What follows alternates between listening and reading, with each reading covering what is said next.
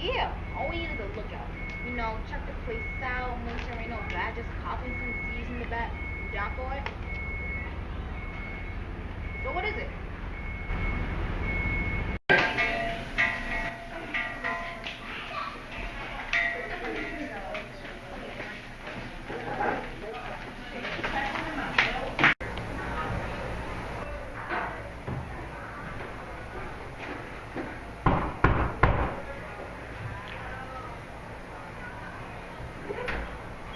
Hello? Mrs. Harmon? Yes. My name is Detective Carroll. I'm going to need to speak to your son, Stephen. Steve?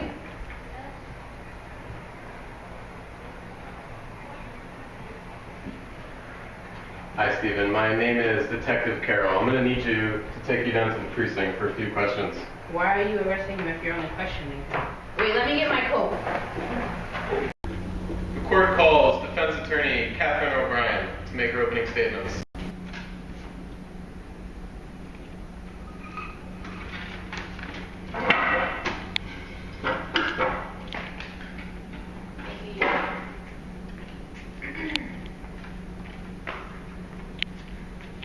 Good morning, ladies and gentlemen. The state correctly says that the law of society provides protection for its citizens. The law must bring guilty parties to justice, but it must also protect the accused. The law to protect society protects all of society. In this case, we will show that the evidence that the state will produce is seriously flawed. As Mr. Harmon's attorney, all I ask of you, the jury, is that you remember that the American justice system demands that you consider him innocent. He is innocent until proven guilty. If you consider him innocent, then by law you must. If you have not prejudged him, then I don't believe you have a problem convincing you that the state produced will challenge the innocence of the state. The court calls prosecutor Sandra Petricelli to make her opening statements. Thank you, Your Honor. Good morning, ladies and gentlemen. Most people in our community are decent, hardworking citizens who pursue their own interests legally and without infringing on the rights of others. But there are also monsters in our community. People who are willing to steal and kill, and people who disregard the rights of others. On the 22nd of December last year, at approximately 4 o'clock in the afternoon, 2 men entered a drugstore on 145th Street in Harlem. The state will contend that one of those men was Richard Bobo Evans. The state will contend that the other man was James King. The purpose of the 2 men entering the store on that Monday was very simple. They were going to rob the owner, 55-year-old Alvinaldo Nesbitt. The 2 men did not have a gun with them, but the owner produced a gun to defend his property. Mr. Evans, who participated in the robbery, will testify that there was a struggle with the gun and the gun being discharged on Mr. Nesbitt and Mr. Nesbitt being killed. Further, there will be evidence that prior to the robbery there was a plan to rob the store. Mr. Evans and Mr. King were to enter the store and do the actual robbery. Another of the planners of this crime was to stand outside the drugstore and impede anyone chasing the robbers. He will testify later. Another of the planners of this robbery that left the man dead was to go into the store prior to the robbery to check it out and make sure there were no police in the store. This man was Steve Harmon. The court calls defense attorney Asa Briggs to make his opening statements.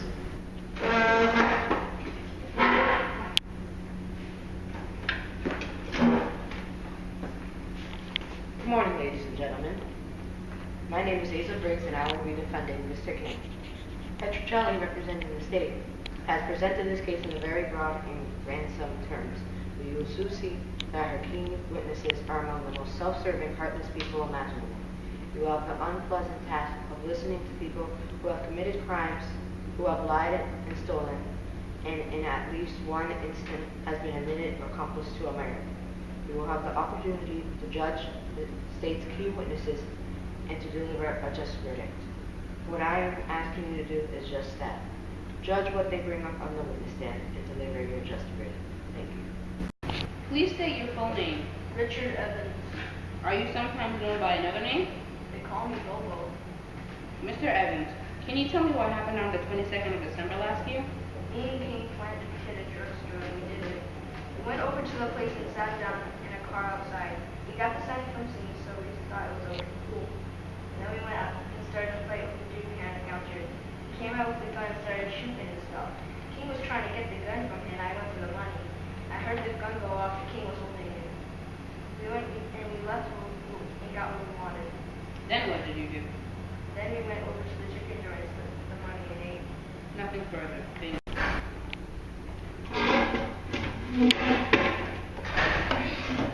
Okay, Steve, we're going to play a little game. I'm going to flip this cup if I don't like what you say for my questions. This is going to be practice for your testimony. You think we're gonna win? It depends on what you mean by win.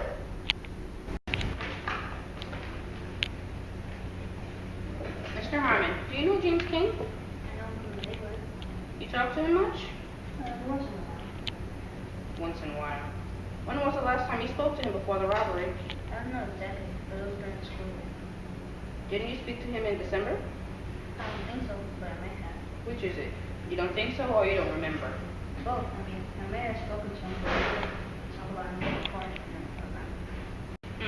Mr. Harmon, you say you weren't at the drugstore any time during the day of the robbery. Perhaps you could tell us where you were? I don't know exactly where it was when the robbery took place. Most of the day, I was going around taking mental notes about the places I wanted to film for a school film project. You seem to be having a fair amount of trouble in remembering, Mr. Harmon. No, I know that I was filming because I was planning to do a film of my neighborhood over the holidays. I just don't remember exactly where I was. The detective didn't ask me about it until weeks later. Nothing further. The court calls defense attorney Asa Briggs to make his closing arguments.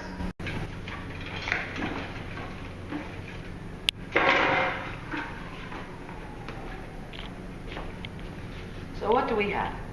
We have a man who admits to being part of a robbery, accusing another man. And why is he making these accusations? The police have him on a criminal matter and have offered him a deal if he comes here and implicates someone else. Did he do the shooting? I don't know. And naturally, he says he didn't do it. If he sat up there and got on the witness stand and said he did the shooting, he would have never been offered the deal he got. The only way out for him is to look around and find someone else to accuse. And that's precisely what he did. He could have picked anyone else in the neighborhood. Half the young men of that age group are either employed or underemployed. He happened to pick Mr. King. At the beginning of this case, the prosecutor spoke of monsters. She has not only found them, but she has brought them here to testify for the state. Their witnesses' self-standard characters taint their testimony so much that I believe that everything they say is well within the area of reasonable doubt. If you believe that, as I do, justice demands that you return a verdict of not guilty. Thank you. The court calls defense attorney Catherine O'Brien to make her closing arguments.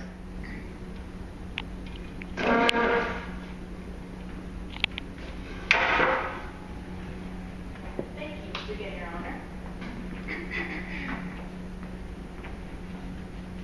What can we trace as to the guilt or innocence of my client, Stephen Harmon? The state doesn't suggest that he was in the store during the robbery. The state contends that sometime, Steve got together with someone and agreed to participate in this robbery. At no time did the state establish any conversation between Steve and anyone else about a robbery. The state brought out a witness, Laurel Henry, who everyone agrees has no reason to lie, that says she was in the drugstore when the robbery began. If someone was to make sure that the drugstore was clear, he or she made a bad job of it. Do you remember the signal that Mr. Evans said he received? He said that Stephen came out of the drugstore and didn't signal that anything was wrong. In other words, there was no signal. How many young black men went into that drugstore that day and walked out with making a signal? Were they all guilty of something? The burden of proof is very high, beyond a reasonable doubt. It is not sufficient to merely suspect that someone did something. Thank you. The court calls prosecutor Sandra Pescatelli to make her closing argument. Thank you. Let me start by refocusing this case. This case is not about the character of any of these witnesses. This case is about a crime that was committed on the 22nd of December, in which an innocent man, Alvin Nesbitt, was brutally murdered. Ms. O'Brien suggests that if Mr. Harmon had actually cased the drugstore for the robbers, he would have seen Miss Henry, well, maybe hasn't had too much experience in trying to rob drugstores. Should we feel sorry for him? For that matter, are Mr. Evans and Mr. King so accomplished in their criminal activities? This was a botched robbery in which the perpetrators actually took very little time and few cartons of cigarettes. And oh yes, the life of a good man, Mr. Alvinaldo Nesbitt. Mr. Evans, Mr. King, Mr. Cruz, and Mr. Harmon are all equally guilty. The one who grabbed the cigarettes, the one who wrestled for the gun, the one who checked to see if the coast was clear. These men are all responsible for Mr. Nesbitt's death. None of us can bring back Mr. Nesbitt. None of us can restore him to his family. But you can bring a measure of justice to his killers.